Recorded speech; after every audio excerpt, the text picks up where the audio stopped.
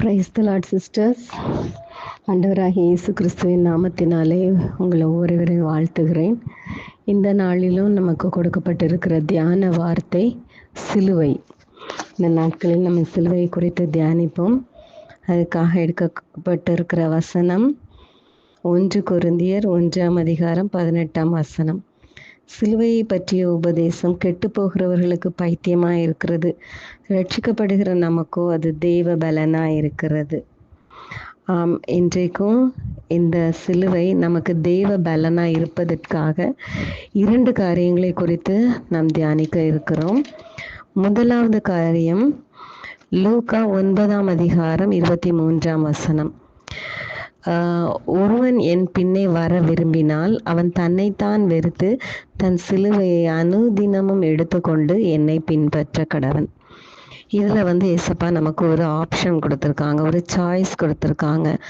சிலுவை நீ விரும்பினா அதை சுமக்கலாம் அப்படின்னு சொல்லிட்டு. அப்போது நம்ம விரும்புகிறோம், நம்ம சிலுவையை சுமக்க விரும்புகிறோம், ஏசப்பாவுக்கு பின்னாடி வர விரும்புகிறோம் அப்படின்னு சொன்னால் நம்ம அனுதினமும் சிலுவையை சுமக்கணும். இந்த அனுதினமுங்கிறபோது ஏசப்பா அவங்க செய்யாத ஒரு காரியத்தை நம்மளை செய்ய சொல்லவே இல்லை. ஏசப்பா நமக்கு முன்மாதிரியாக இருந்து அவங்க சிலுவை சுமந்து காட்டிட்டு நம்மளையும் சுமக்க சொல்கிறாங்க.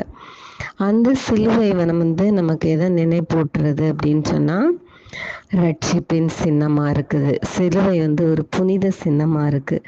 இந்த ரட்சிப்பின் சின்னம் அப்படின்னு பார்த்தோன்னா நம்மளுக்கு அதிலிருந்து மன்னிப்பு கிடைக்கிது, கிருபை கிடைக்கிது, ஒரு மகிமையின் சின்னமாக அது நமக்கு இருக்குது.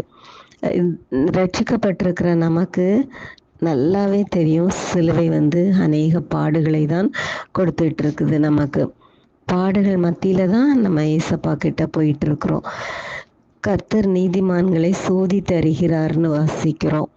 அப்போது இந்த சிலுவை பாடுகள் மூலமாக நம்ம இன்னும் ஏசப்பா கிட்ட நெருங்கி போகிறதுக்கு ரொம்பவே நமக்கு பிரயோஜனம் உள்ளதாக இருக்கிறது.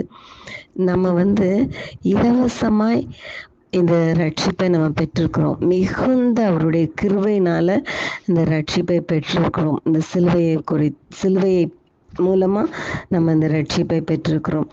ஏசப்பா திரும்பவும் அதில் மத்தேயிலேயும் சொல்லியிருக்கிறாங்க 16:24, ஒருவன் என் பின்னே வர விரும்பினால் அவன் தன்னைத்தான் வெறுத்து என் சிலுவை சுமந்து கொண்டு வரணும்னு சொல்லிட்டு. அப்போது திரும்ப திரும்ப ஏசப்பா இதை வலியுறுத்திட்டே இருக்கிறாங்க இந்த காஸ்பலில் 4 சுவிசேஷத்துலேயும்.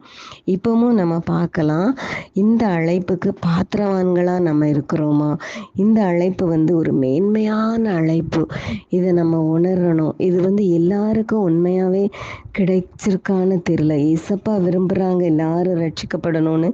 ஆனால் நாம் இந்த சத்தத்தை கேட்ட நாம் உண்மையாகவே பாக்கியவான்கள், பாக்கியவதிகள். இதை நம்ம உணர்ந்து ஏசப்பாவை பின்பற்றுவோம். திரும்ப திரும்ப நம்ம இதில் உள்ள இந்த பாடுகளை மட்டுமே அப்படியே பார்த்துட்டே இருக்க வேண்டாம். அதுக்கு பதிலாக நம்ம என்ன பண்ணலான்னு சொன்னால், இந்த பாடுகளுக்கு பின்னால் அவரோட நித்திய ஜீவனா, அவர் நித்திய ஜீவ காலமாக ஏசப்பாவோட மகிமையில் பிரவேசிக்கிற அனுபவம் நம்ம எல்லாருக்கும் கிடைக்கும். அந்த அழைப்பை நம்ம ஒரு காலம் உதாசீனப்படுத்திடவே கூடாது. இன்றைக்கே நம்ம தீர்மானிப்போம், நம்ம விரும்புகிறோமா? ஏசப்பா கேட்குற மாதிரி ஒருவன் என் பின்னே வர விரும்பினால் நம்ம விரும்புகிறோமா அப்படின்னு சொல்லி நம்ம யோசிப்போம். 2வது ஏசப்பா என்ன சொல்கிறாங்கன்னு சொன்னால் லூக்கா 14:27, தன் சிலுவையை சுமந்து கொண்டு எனக்கு பின் செல்லாதவன் எனக்கு சீஷனாக இருக்க மாட்டான். இதில் ஏசப்பா சாய்ஸ் கொடுக்கல, ஒரு கம்பல்ஷன்.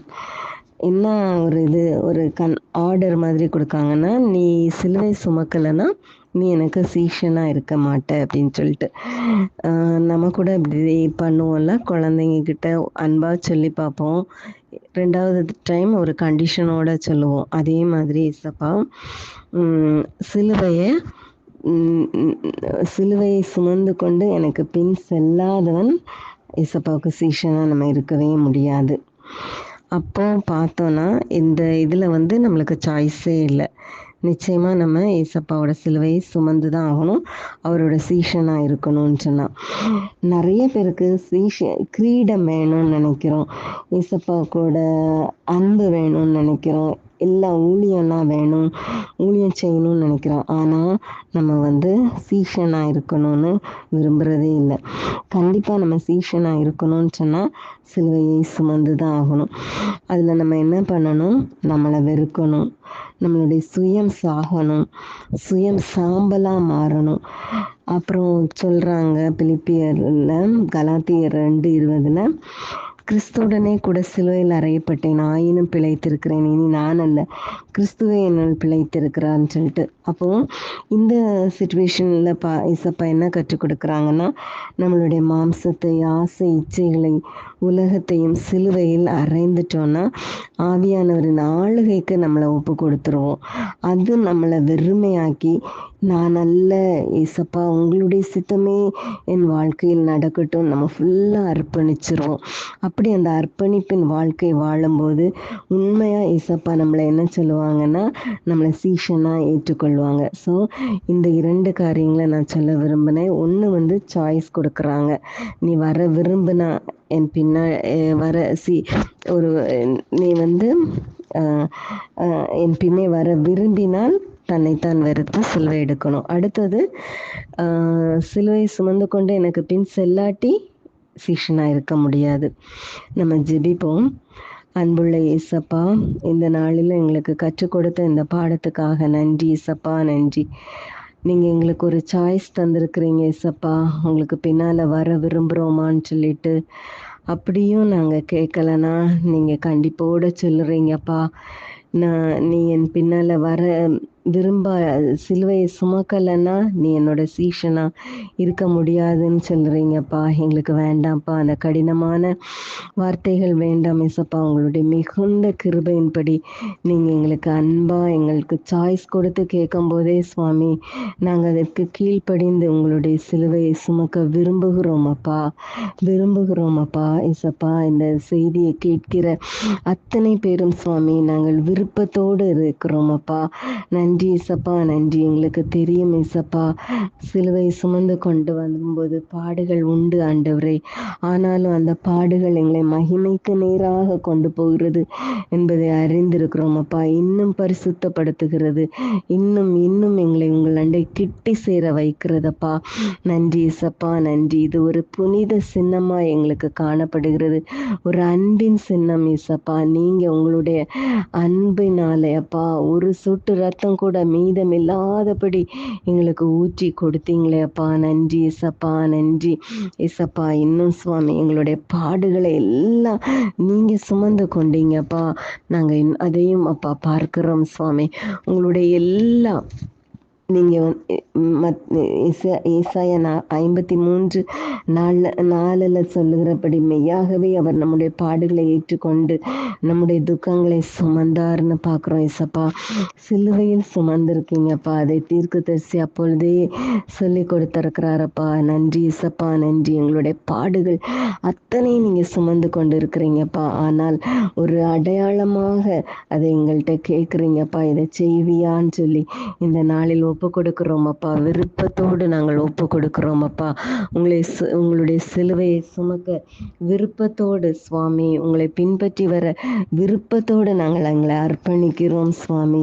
நாங்கள் அப்படி அர்ப்பணிக்கும் போது நிச்சயமாக எங்களையும் அப்பா உங்களுடைய சீஷைகளாக எங்களை ஏற்றுக்கொள்வீங்க. நன்றி, நன்றி சப்பா, நன்றி. எங்களுக்கு நல்ல அந்த கிருபைகளை தாங்க சுவாமி. நன்றி அப்பா. எங்களை முற்றிலுமாக இந்த நாளில் விருப்பத்தோடு நாங்கள் ஒப்பு கொடுக்கிறோம் அப்பா. உங்களுடைய பின்னால் எந்த சூழ்நிலையிலும் வருவதற்கு நாங்கள் எங்களை முற்றிலுமாக அர்ப்பணிக்கிறோம் அப்பா. எங்களை வெறுமையாக்குகிறோம் அப்பா. எங்களை வெறுத்து சுயம் எங்களில் சாம்பலாகும்படியாக எங்களை தரை மட்டுமாக தாழ்த்துகிறோம் அப்பா. மேவி போசே தந்த என்று தாழ்த்தினது போல சுவாமி, ஒரு செத்த நாயை போல அப்பா எங்களை தாழ்த்துகிறோம் அப்பா. நன்றி ஏசப்பா, நன்றி நன்றி. எங்களை வெறுமையாக்குகிறோம் அப்பா. உங்களுடைய கிருபை எங்களுக்கு அளவில்லாமல் கிடைக்கட்டும் சுவாமி. நன்றி நன்றி நன்றி ஏசப்பா, நன்றி. ஒரு நித்திய கிருபை எங்களுக்கு தரப்போகிறதற்காக நன்றி செலுத்துகிறோம் சுவாமி. நன்றியோடு துதிக்கிறோம் அப்பா. நன்றி நன்றி. பெரிய காரியங்களை எங்களுக்காக செய்ய போறீங்கப்பா. நீங்க எங்களுக்கு என்று வைத்திருக்கிற அந்த உன்னத பாக்கியத்துக்காக நன்றி, மகிமைக்காக நன்றி இசப்பா. உங்களுக்காக நாங்கள் முடிவு பரியந்தம் உழைக்கணும் அப்பா, முடிவு பரியந்தம் நிலை நிற்கணும் அப்பா. அப்படிப்பட்ட கிருபைகளை எங்கள் ஒவ்வொருவருக்கும் தாங்க. எங்களை கரம் பிடித்து வழி நடத்துங்க, காத்து கொள்ளுங்க. துதி கன மகிமை எல்லாவற்றையும் உங்களுக்கே செலுத்துகிறோம் அப்பா. இயேசுவின் மூலம் ஜெபம் கேளுங்க நல்ல பிதாவே. ஆமேன் ஆமேன். என் ஆத்துமாவே கர்த்தரை ஸ்தோத்திரி, என் முழு உள்ளமே அவருடைய பரிசுத்த நாமத்தை ஸ்தோத்திரி. என் ஆத்துமாவே கர்த்தரை ஸ்தோத்திரி, கர்த்தர் செய்த சகல உபகாரங்களை மறவாதே. ஆமேன் ஆமேன்.